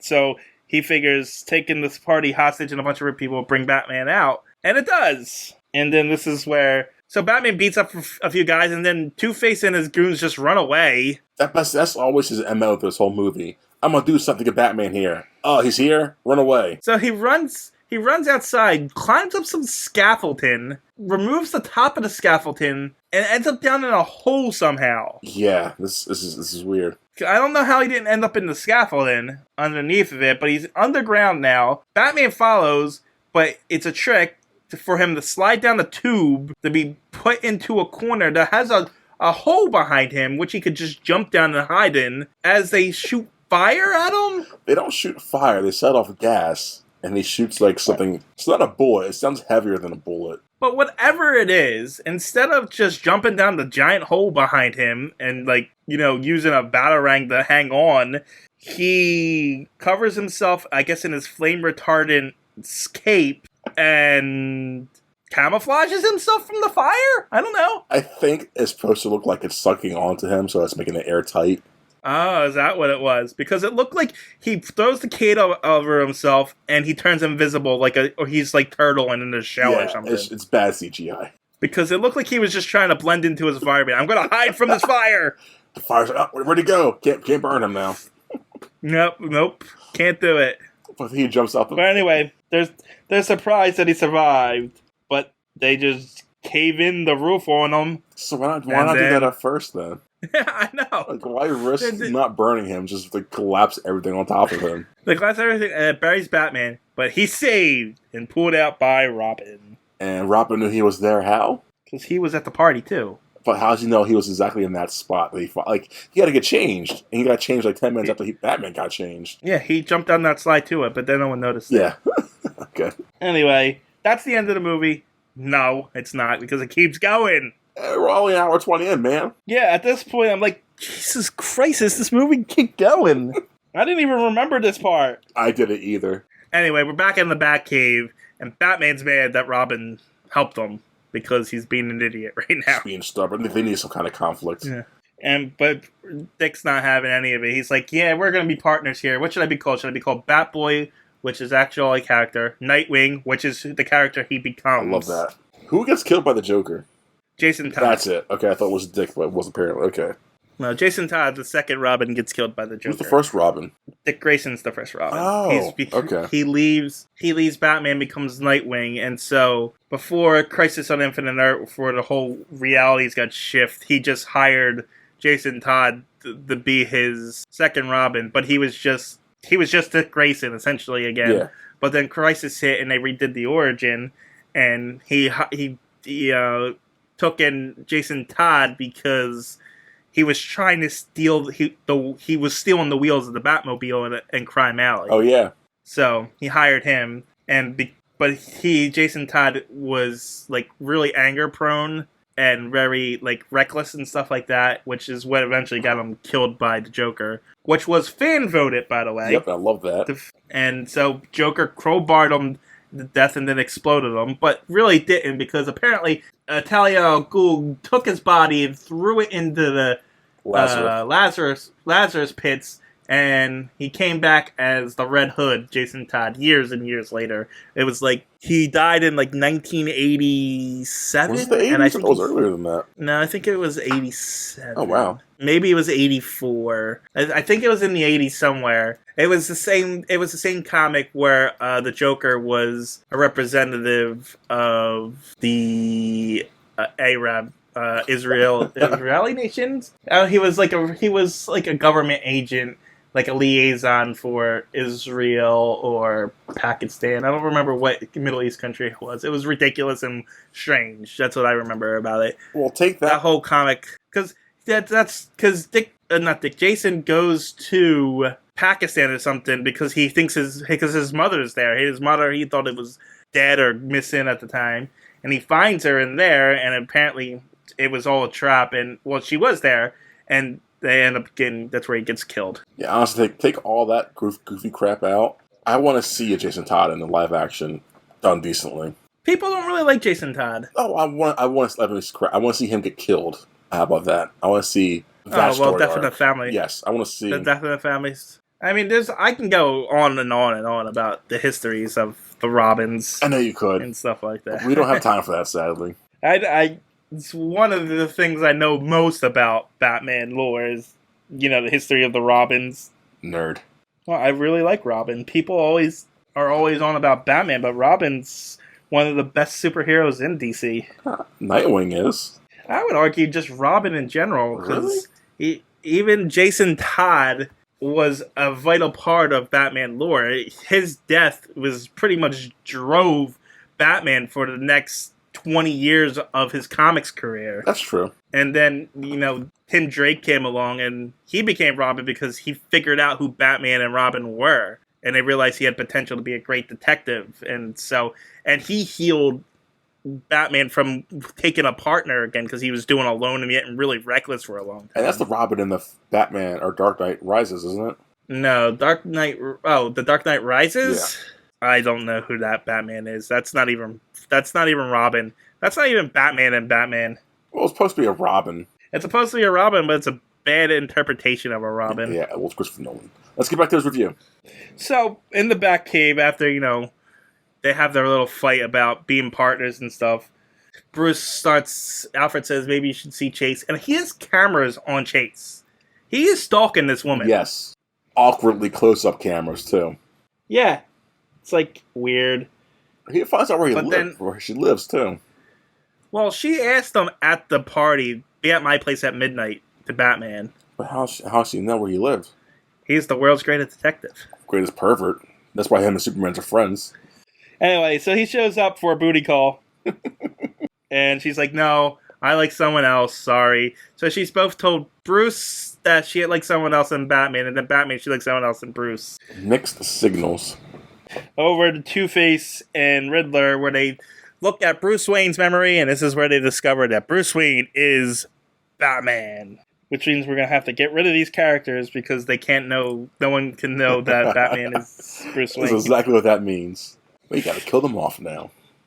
You would think they would go out in public and tell people, like, let's say, how would you handle that news you found out Bruce Wayne's Batman, and you were a villain?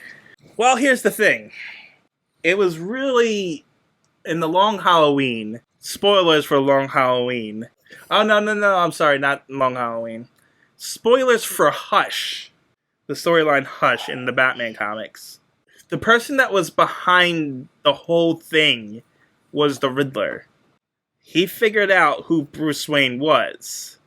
But Batman's like, you're not going to tell anyone who I am because it's the world's greatest Riddler and only you can know the answer to that Riddler or you wouldn't be the Riddler.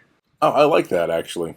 Yeah, so he couldn't tell. The Riddler can't tell anybody his secret because if he tells them, then everyone will know. Then it's not much of a secret and he's not the world's smartest person anymore. I like that a lot. So, but what's stopping the Riddler then from just giving out a really shitty riddle for people to figure out? Well, also along the lines, he got proof that he did something and he could go to jail for it or something. Okay. Along those lines. He also had a backup plan because he's Batman. But the main reason why you're not going to do this is because you're the Riddler. You won't be the Riddler if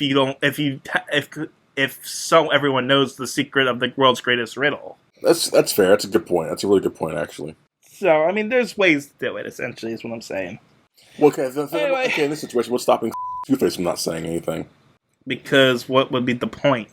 What wouldn't be the point? Because he just wants to kill him. And they're playing with him, so they're luring him to him. Wouldn't it be easier they got a plan. Wouldn't it be easier to kill him once he's in jail? Once people... No, it would have been easier to walk into his manor and shoot him in the head, but that's not what they're doing.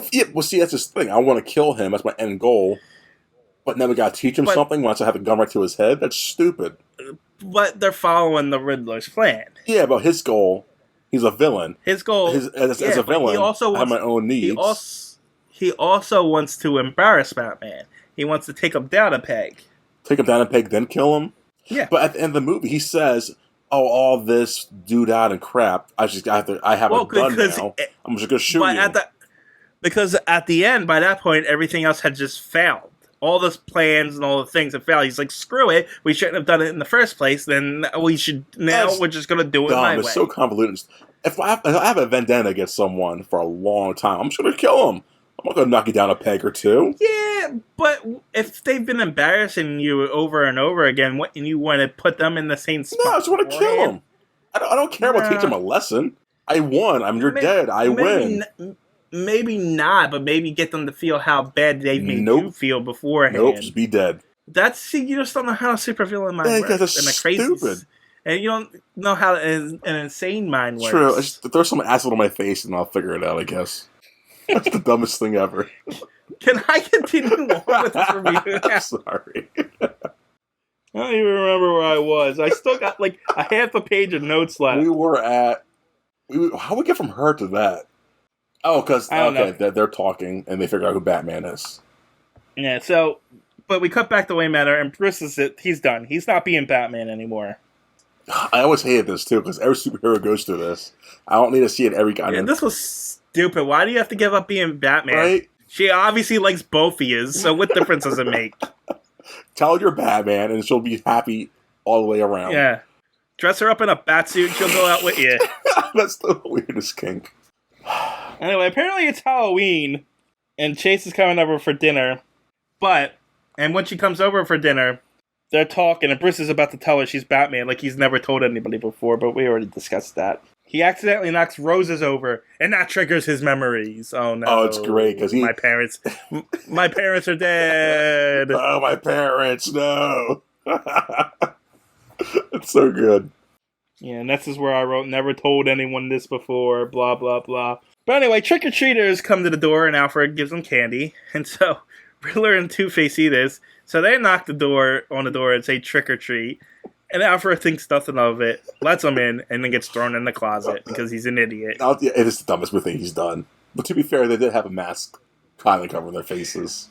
Yeah, they had a mask, but they looked exactly like Two-Face and Riddler in a mask. Yes, and it's not like he hasn't seen them on the back computer. Right? It's not like Bruce Wayne's been not talking about them for the past week or two now. Right. And it's not like that Alfred's just some servant of Bruce Wayne in there. No, he's in on everything. Yes. He is literally Bruce Wayne's right-hand man. More so than Robin, honestly. Well, it's his father figure. Exactly. Really. That's like the most 60s thing ever. He knows what they look like. Anyway, so Riddler and Two-Face home invade Bruce's house. Riddler goes down and blows up the Batcave and all of his toys. Two-Face is flipping his coin while his goons chase and Bruce through the house. And then he finally gets his coin to come up even, so he shoots Bruce in the head. I guess it just nicked him, but it's enough to knock him down the steps and knock him out. Yes. Batman went down pretty easy. Super easy. You have to fight. So is he just weak when he's Bruce Wayne? Is that what it is? He doesn't have his super intelligence and stuff when he doesn't wear the suit? He's clouded by all the love and all the judgment and the parents dying and everything over the past 24 hours. Oh, is that what it is? It's hard being Batman. I'm sure it is. Anyway, Chase is kidnapped. And this is where the Riddler, or Two-Face, puts a gun to Batman's head to finally finish him off. And no. Riddler says you gotta learn something. Anyway. He's that riddle. You want to read the riddle? We're 5 little items of an everyday sort. You'll find us all in a tennis court.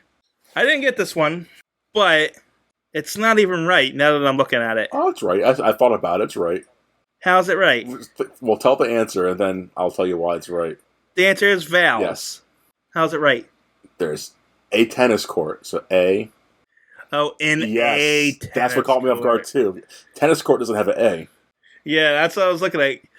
But a tennis court. It's a tennis court. That does make sense. All right. Yeah. That's stupid 60s Batman logic. And this is where the 60s Batman logic comes in hardcore as they figure out, A, E, I, or U are vowels. They each stand for a letter. Oh, wait, but if you combine the two in the middle, we get this name. Oh, we get Mr. E. Mr. E. Mystery. It's a mystery. Oh, wait, what's another name for mystery? Enigma. Oh, it's Mr. Enigma. Stupid. I hated it. As he's walking towards the camera, too. It's so 60s logic, and it broke my brain, and I hated it so much, and I just wanted... So good. And I wanted to turn it off right there. So good. Did you really hate it that much? I hated it that much. You remember my rants in the other one? Yeah, the other ones were actually bad. This one was not good either. No, it's good if you if the Batman had time to actually sit down and think about this one, he could eventually figure it out. But in the time period they took to figure it out, no. The other ones were impossible to figure out. Like, they were truly impossible to figure out. How would you figure this out? Read it again? What? Not the tennis court one. I'm talking about the riddle. All of them combined. I don't know. I'm not Batman, so I can't tell you. All of them combined, when they figured out that each riddle had a number in it. Yes, and then you fit the A, B, C, D, so 13's M, and R, and whatever. So he got 4 different riddles with 4 different numbers, which means each number should correspond to a different letter. That would have made sense. But apparently, you have to combine the 2 middle numbers in order to get the full explanation, which makes no sense, which gives you the answer of mystery. Yes. Okay, so the answer is mystery. But so that's not even the answer, though. So you have to know what the synonym to mystery is, which is enigma, in order to figure out that part of it, and then put together that, Edward Nigma is it. It's not good. I think it's definitely, you got to jump through some hoops to get to it. But It makes sense, it's a '60s Batman. It's a '60s Batman riddle, and I hated it. No, because I will defend this one because this one makes they talked the logic out and it made sense. Other ones had no logic. No, they talked about they talked about it in that one too. They did it the same exact way. Cat C. Cat. That's how they got to that one. Oh yeah, cat. C. Yeah. CAT. You remember to explain C? That's how we got the Catwoman, and it's like what? No, it was the same stupid logic, and Well, I don't know, man. It's bad. Anyway, Chase is kidnapped, so Batman's got to be Batman again because he stopped being Batman for a whole 3 seconds. Like, why is that even a plot point? And we get Batbutt. That's all I got to say about that. I don't know if you... Yeah, there's a montage, and they show a close-up of Batman's booty butt. Little bat cheeks. Yeah, for no reason. No reason at all. But then, that's not the only person that suits up, as Robin shows up in his full suit, and we find out Alfred made him a suit, so... Yeah, because however that happens. What do you think of the suits in this movie? They look like armor. Do you like that or no? They don't look like you'd be able to move in them. More so than the last one that Keaton had? Like Robin particularly looks like he's in a metal piece of suit, so it looks like he shouldn't be able to move at all. I'm watching a scene where they reveal... We'll get to it. Hold on. Anyway, Batman asks Alfred if he should take the plane or the boat, and this is where we get the reveal of Robin. And he said, "Let's take both." And so Batman gets in the Batplane and Robin gets in the Batboat, and they go towards the giant hourglass with the wings. But first, Commissioner Gordon's standing on top of the GCPD, and he's like, "I guess Batman's not coming." And then Batman shoots through the symbol and knocks out the green from inside the bat signal and gives him a big thumbs up. And Commissioner Gordon is just jumping like a child up and down, like, "Yeah, he's here!" I wish I would have been keeping a track of how many thumbs up we've gotten from superheroes. Because it's happened a few times now. And a lot of times they think the person they're giving the thumbs up to will never have seen. Yeah, exactly. But then we cut to Riddler and Two-Face playing Battleship. And then Two-Face sinks Riddler's battleship. Well, the battleship they're playing, they're attacking the bat and boat. Yeah, I know. Yeah. I think everybody knows. Whether to explain that or not. So, Robin's boat gets blown up, and then Riddler uses laser beams to knock the bat plane out of the air. Oh, I wanted to say, I think this is the first time of our first instance of a skybeam in a superhero film.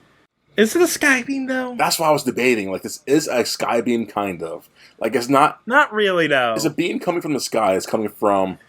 Yeah, but usually skybeam usually indicates invaders from space. Invaders from... Yeah. Or other dimensions. This is kind of sucking brains. I don't think it's the same thing. So you would not call this skybeam, then? No, I don't think so. Well, we'll get to another one thing. Holy rusted metal, Batman. I love that line. I loved it when I first saw it when I was a kid. I love it now. That's what Robin says in the 60s show. Holy's whatever. Yeah, holy bats with wings, Robin. Or Batman. Yeah, so... Yeah. It's just him making a reference to the boat, the island they land on. It was just a nod to the 60s show. And this is where I noticed that even Val Kilmer sounds a little bit like Adam West in this part. I figured it's the scene we're talking about. This is where we get Two-Face versus Robin. And then I guess Batman decides to go a different way. They split up here because Batman climbs up a shaft while Robin jumps on the island. And then Two-Face and Robin fight, and then Robin knocks him off the edge and Two-Face is dangling. Meanwhile, Batman's in a death trap kind of thing, which he breaks with his rocket boots. His rocket boots. You hear that, ladies and gentlemen? Yeah, it's what he did. No, I know. He broke it. It was so ridiculous. He broke it with rocket boots. So ridiculous. Like, what? And this is the only death trap we really get in this, and it's sad that we didn't get more. Really?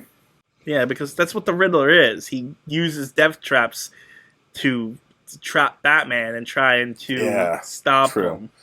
It was a good one, too. So, not really. I mean, it didn't work, but it looked. Not really. It had two, like, knives coming down from the top, and it was sinking down, and then they had a rocks down in the water at the bottom.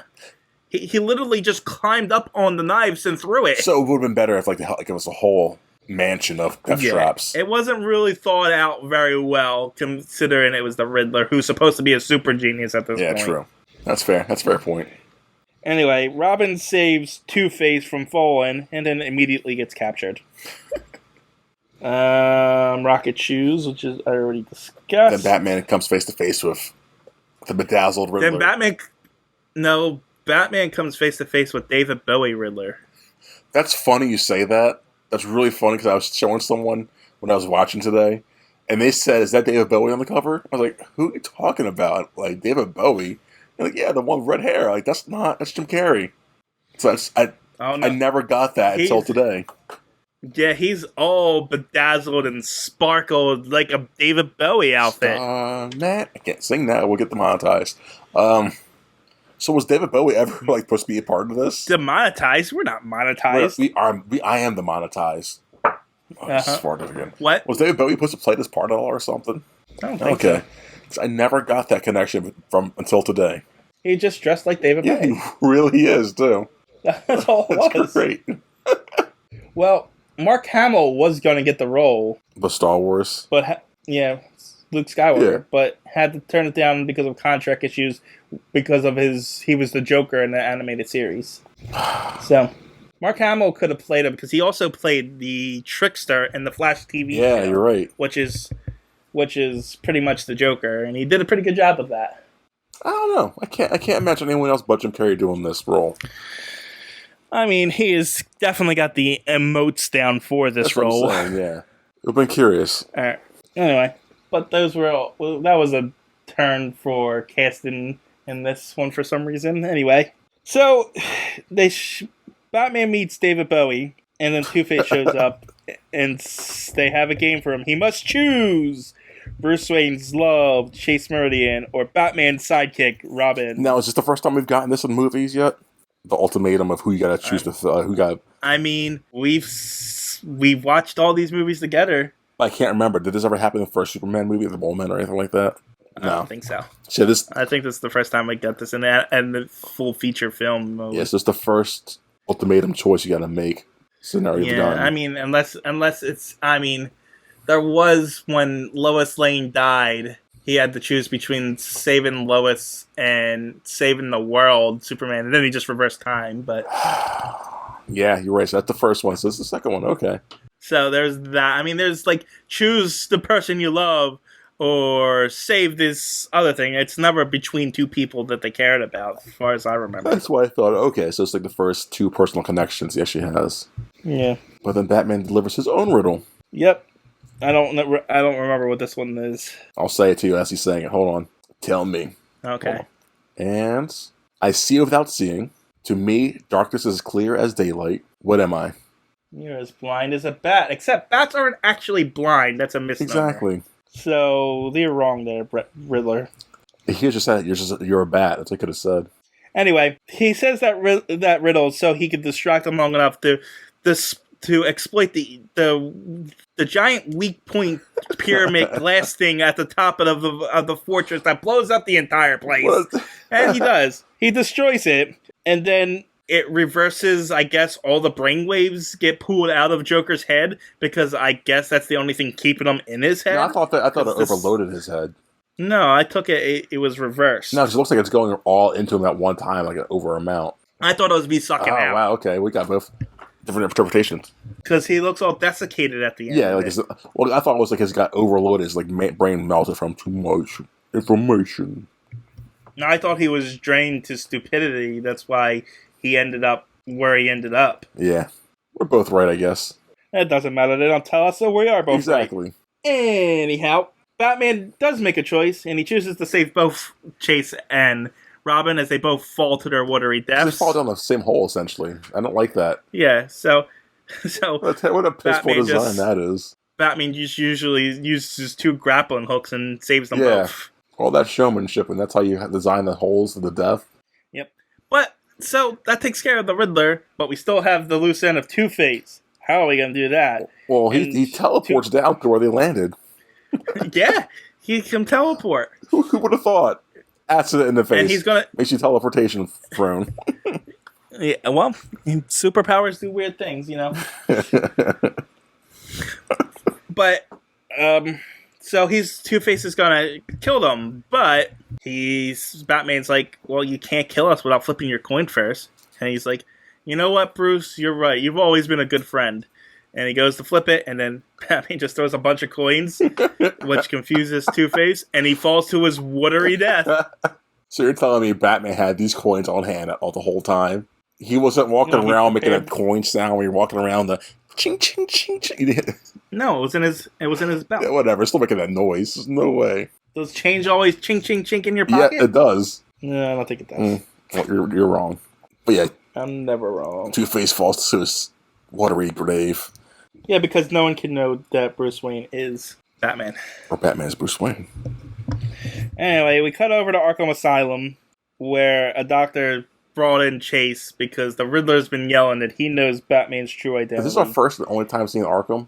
Or is this just our first in live action? I don't know if... I think... Doesn't Mr. Freeze end up in Arkham? Oh, you're probably right. One? You're right.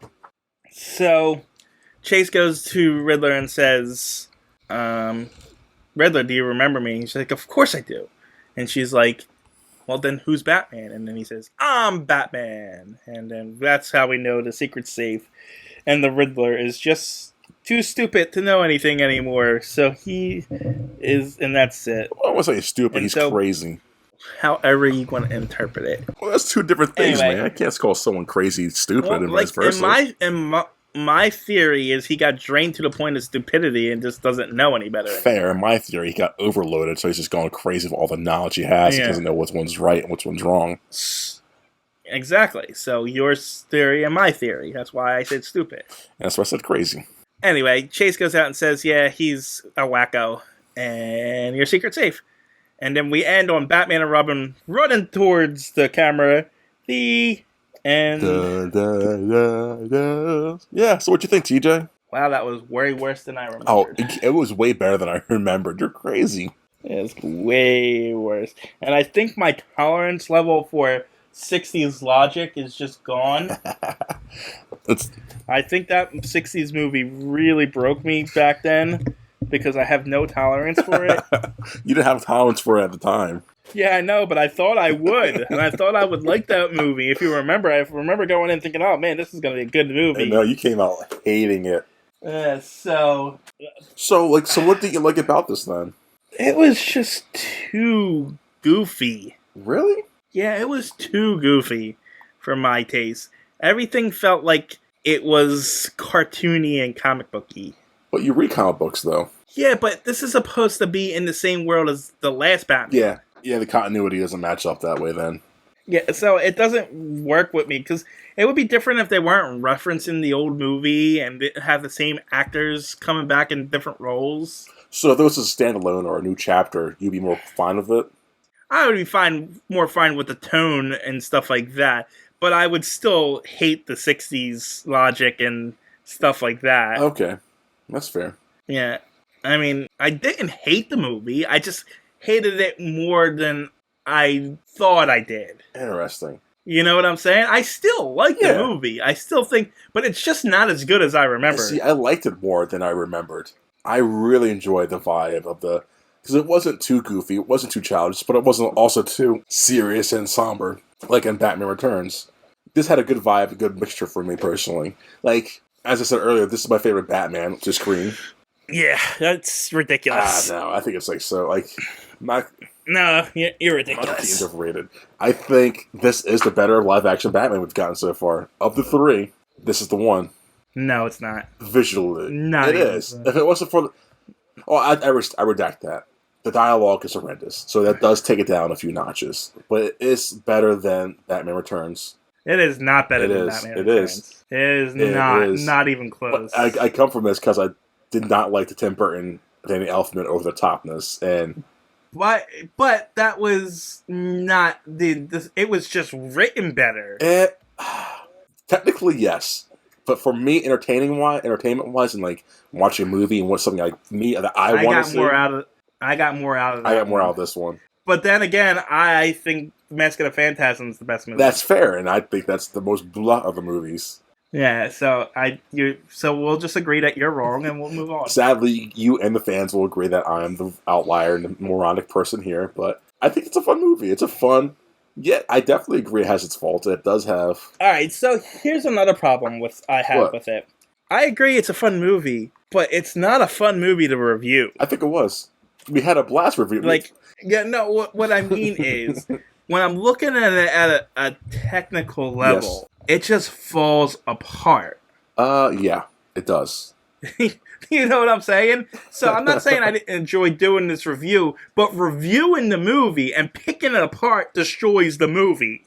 Yeah, because when you actually think about what's going on and you actually question things, you see the duct tape holding it up. Like, that's not right, this is stupid, that's no logic, so that's fair. Yeah, and that's the problem with the review of it. And I can't argue that. It's very factual.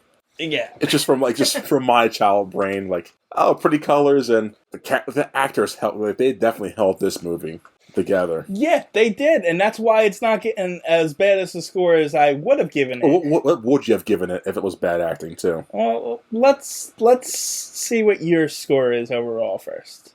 I was originally would give like a 9 out of 10. After I first saw it, like, man, this is so good. Like, I remember, but then, like you said, I thought about it, like, this is stupid. The dialogue's terrible. How they've written Roman's awful. I had to knock it down. I gave it a 7 out of 10. Really? It's a good movie. It's a good... On par with all the other Batman movies. Better than Mask of the Phantasm. No, it's not. Yes. If you're going in to watch a movie with popcorn movie mentality, it's better than that. If you're going in for some substance, this is the worst one, obviously. So, as far as going into it and just taking all nostalgia and leaving objective out of it, objectivality, is that even a word? Probably not. Objectivality? Yeah, no, it's not. No, objectivity? Yeah, objectivity is what I was trying. Leaving objectivity out the window, it's a 5 for me. No, that's not bad, though. But taking in everything into account, it's a 3. So that's terrible. So what's your official review, then? That's a 5. Okay. That I'll take. Because it's right in the middle for me as far as all these movies. Because it's not the worst one by far. Definitely not. And it's not, I don't think it's the greatest either. Oh, definitely not. But a 3 on your other side of it? Yeah, just on purely objective technical level, without any nostalgia and going in it and looking at it as a movie from the right end and everything else, it's a 3. It's a bad movie. The plot makes no sense. The dialogue is terrible. The only thing it has going for it is the set design and the acting. Okay, then yeah. I guess I hate this statement, but it's one of those movies for me. I hate this statement so much, but it's one of those movies that is so bad it's good, if that makes sense. Because it is a bad movie. Yeah. I can't argue that. Like, it's just a lot of bad to it. But for some reason, it wrote me right, and so it's kind of a good bad. But even a good bad movie, you don't give one of those good bad movies a perfect score. You give it a bad score. I'm not giving it a perfect score. I give it a 7. But no, I know. But I'm just saying, no one's ever said, oh man, The Room is a great movie, and I give it a 10 because it's so bad it's good. No, they said The Room is a terrible movie. It's a 2, but you should still watch it. And I never said this was not a good movie. I never said. I never denied this being a bad movie. This is a bad movie. Right. But that's my point. But that's my point. A bad movie it's still a bad movie. It still gets that rating. Doesn't mean the entertainment value is not there. I think 3 is too low that's for this. That's a whole different thing. I get 3 is your rating, but I think that's still too low for this movie. It's a 3 just on a purely logic technical level. Fair. Do you get what I'm saying? I gave it the points back for nostalgia, for entertainment factor, for acting. Okay, I agree with all that. But, if you take all that out of it, it's a 3. Yeah. I would probably even say it's a 2, honestly.